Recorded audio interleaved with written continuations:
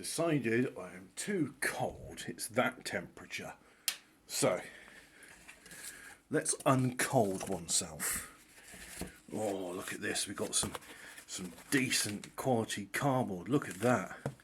You can't buy it. Well, actually, as I found out on Amazon, you can buy cardboard boxes.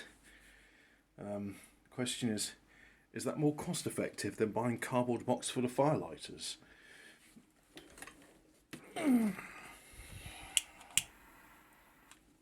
I think it works well as a firelighter. There is a flame there, slight as it is. I think the thing with cardboard boxes is you bought them anyway when you've bought something, so you may as well burn them, as they say in the League of Gentlemen. We didn't burn him. Does anybody remember that show? The League. They did a theatre production called The League of Gentlemen. Oh, behind you! And it got quite a muted reviews when they came to Oxford. And I feel I'm partly responsible for that, because I was in the audience at the time, and in fact I was doing night classes at the time. I says, is it okay if I can finish my night classes earlier? Because I was a young hobbit back then. And they said, why for? And I said, because the League of Gentlemen are going to be in the Apollo Theatre, and I've bought my tickets. And they said, very well, seeing as you get 100% on all of your exams, you may go. They didn't say that exactly, but I did get 100% on all my exams. So it wasn't as if me skipping class, I was going to lose out on anything. And in fact, one of the things I really enjoyed about, it was a Cisco course, by the way. We got to the stage where we were assembling a computer and then installing an operating system on it. And this is something that I'd already done 100 times by then. And so I just sort of quickly built mine, got it up and running. Whilst it was installing, I went around the class and those that were struggling with it, and I said, here, do you want me to push that in? Can you see what I'm doing? He's like, oh yeah, I see what you're doing there. And I was like, okay, fair enough. And I said, and they said, how come you were so quicker? And I said, well, did you ever play with Lego when you grew up? And they said, no. And I said, well, you see, if you played with Lego, or if you had an interest in playing with Lego, or if you did sewing, then you'd have the fine motor skills to be able to push, well, in fact, I'll demonstrate it. I think it's called I don't know what this connector's called. I actually saw it the other day because someone was repairing a laptop and they made a custom connector, and you see, do you see that? That there, that's the sort of connector which goes onto a motherboard's front panel. So I've got power switch and power LED and connected to the other side of it. I was intrigued, you see. Got that, so you just... That is a nice action, and that's partly the reason I bought it. The other reason I bought it is I have an old case from 2003, which actually predates the course when I went to go and see the League of Gentlemen up behind you. And with that, God, this cardboard's really... I mean, there's loads of heat coming off of it, but it's so ephemeral, I don't think it's going to light anything up.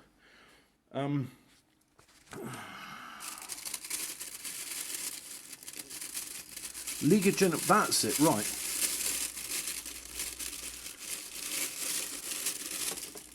The night before, we went to... the royal we. The night before we went there, we were amused. However, I was with some friends, and I was laughing so much I actually got a stitch, and I pulled a muscle in my lungs, and it was horrible because it meant coughing, or laughing was agonising. So I was there in the theatre, and I was trying not to laugh, because every time I laughed, it bloody hurt. And then Mickey Love, he ran through the theatre throwing Milky Ways and Mars bars at people, and I caught one. And even just the action of reaching out and grabbing it, oh my God, that hurt. But unfortunately, he ran off before it didn't matter. But yeah, the reviews, I remember this, it was in the Oxford Times, and they said audiences seemed to be enjoying themselves but were muted. I'm like, was the journalist sat right next to me going, he's trying not to laugh? And it's like, yeah, because it hurts to laugh. Not because I didn't enjoy the bloody show. I did. It was great. It was very funny. It was everything that one would expect from the League of Gentlemen, but it was done as a play. And so it's quite... I thought I could have got that. Never mind. I'll have to get it next time. I haven't got the energy to do it today. As I record this, it's Thursday. And I seem to notice a pattern that, for whatever reason, on Thursdays, I get up really early, regardless of what time I go to sleep. And I don't know why. And it's making me a bit doolally. So, for some reason, I was talking about the League of Gentlemen. I always review these videos when I've uploaded them, just to make sure everything's alright. And I'll be able to go back in time and go, oh, that's why I was talking about the League of Gentlemen. In which case, I'll put in the description, in this video, I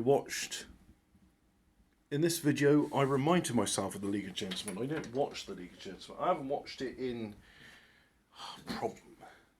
I think it's been over 10 years since I watched it. Probably longer if thinking about it. I had the League of Gentlemen's Apocalypse and the DVD, and I lent it out to a friend of a friend and never saw it again. So I've learnt my lesson, and now it's just to do piracy, and if they're doing a theatre tour, go and see them live, because it's a lot more fun that way. And you know, they've gone to the effort of going to see you, you can go to the effort of going and see them. And as far as I know, they get far more money from sale of theatre tickets than they ever do of DVDs and things like that. So, yeah, it makes me regret not going to see Bottom when they were performing, because I could have done. I reached the age of majority whilst they were still touring, and I could have bought the tickets. I could have organised it with mates. We could have got the bus, because I was a bus wanker back then, into London. We could have gone and seen them at the Hammersmith Apollo, because they are the Hammersmith hard men. Oh yeah. And we could have had a great time, but I didn't do it because, well, I mean, I was busy with work and college at the time, and I just didn't really occur to me to go and see them. I always thought to myself, oh, well, I'll go see them another time. And then eventually, what's his name? Adrian Edmondson turned into a big girl's blouse, and his missus says, you're not going to do touring with Rick Mail anymore. And he was like, yes, dear. And then Rick Mail became all morose, and he did that film One by One, which was very good. I recommend it to anybody. If you enjoy Rick Mail's work like I do, you should watch the last film he was ever in. And that was the end of that. No more Bottom. I'd have loved to have seen them live. Oh well. I think they were well to do either way, because neither of them struggle with money, and Rick Mel called his house the Nintendo Towers because he did a series of adverts for the SNES back in the day. Do you know, there's this guy in Australia, he runs a channel, it's called Modern Vintage Gamer or Modern Video Gamer, and he talks a lot about software piracy and emulation and the demo scene, because I really like the demo scene, because in fact even today I was thinking of this theme tune. It was one of these chip tunes on a Cracktro, and I think, correct me if I'm wrong, it was probably Razor 1911 that did it, and the melody goes da da da da da da da da da da da da da da, and I'm not sure if it was on Command and Conquer Covert Ops or if it was on some more modern games. I mean, these chip tunes get recycled now and then, but just whenever I hear that song in my head, it's just like, oh yeah, good times. See, there was this time before Steam where you'd have to put a CD or a DVD, as they came out later, into your drive, and then you'd have to load it. And it's like, right, you've installed all the files to your hard drive, because SSDs didn't come out until, what, 2010 or something? So you've installed your game, and if you're like me, you take your CD out of the tray, or it automatically ejects it, and then it says to you, please insert disc 1 in order to play. And it's like, but you've got all the files on your computer. Yes, but I do a CD check. So often these Cracktros, they were the very simple ones. You'd go to a website like GameCopyWorld.com, which I wonder if they still exist, and you download one of the no CD cracks, and lo and behold, oh look, the game's loading up without checking the CD.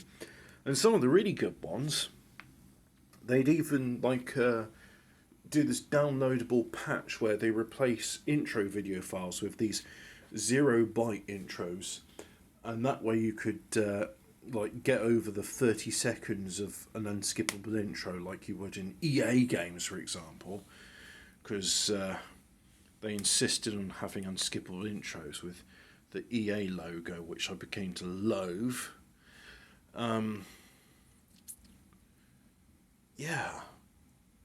Oh, right, that's it. I was talking about the modern video vintage gamer, and I mean, the guy's pretty knowledgeable about console stuff, and he's got a great interest in console games.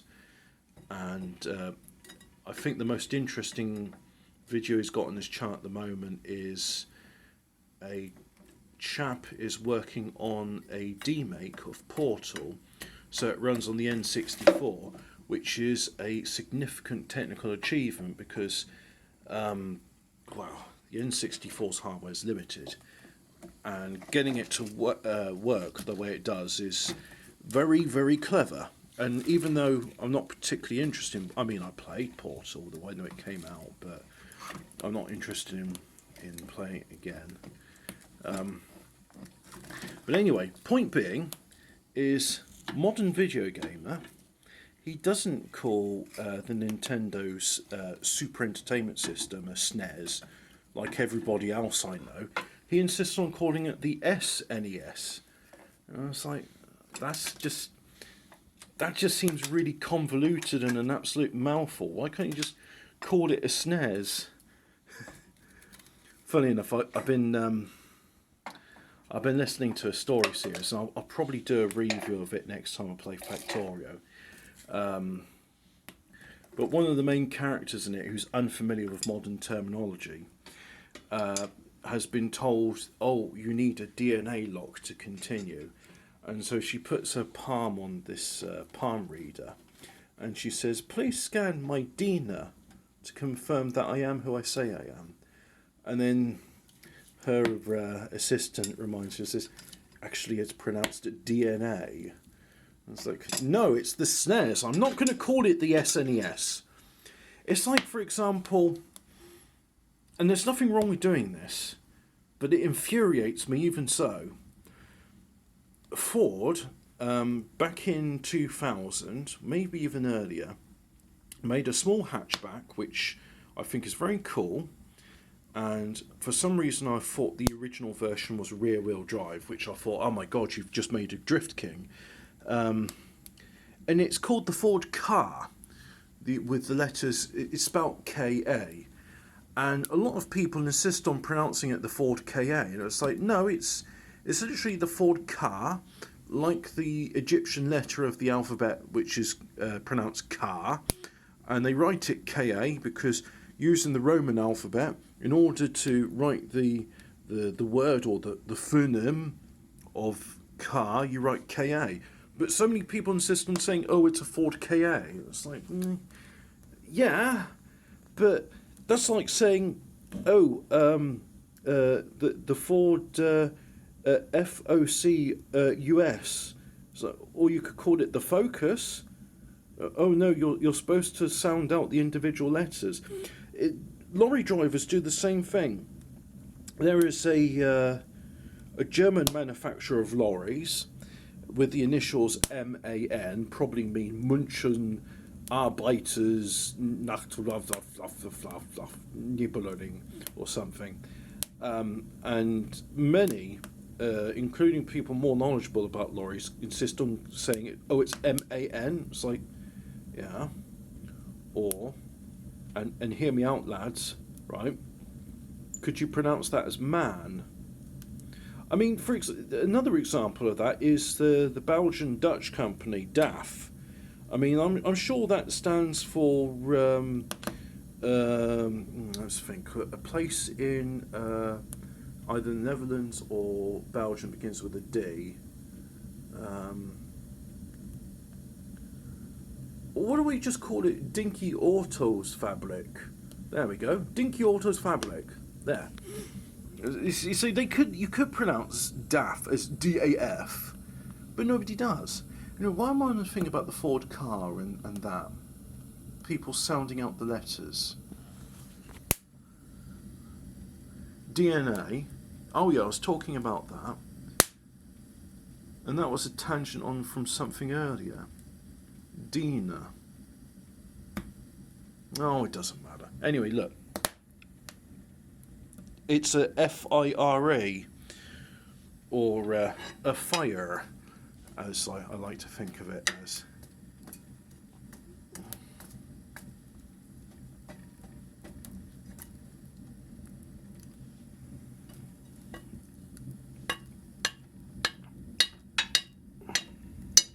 Oh, also, it's been 2 days since I last done my fire. There's the old fire rope, which is perfectly fine but not thick enough. And look at this big thick boy. Right, shall we see if it works? Oh, that's a tight squeeze. That's probably a bit too thick, but...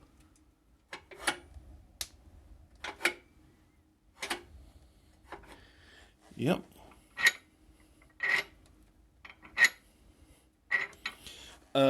This one about down there might not work. If I open this again, right? Oh, that's good. It's getting a nice squish on it. Now, you get fire rope in this bit which separates the window from the bottom compartment, and the fire rope I've got in there, it is. Can you see? I don't think it's providing an adequate thing. Now, fortunately, I have some leftover fire rope there, so what I might do later on is cut some of that and make it fit. But yeah, it's a fire, lads. And look at, we've gone up 0.4 of a degree since I started talking about MAN and DAF, and it's an FIRE. Yeah. Now to watch this back again and find out, why was I talking about the League of Gentlemen? Because I do not remember why. I'm sure there was a point to it, and if there's a point, I'll write it in the description. Anyway, thanks for watching. Go away.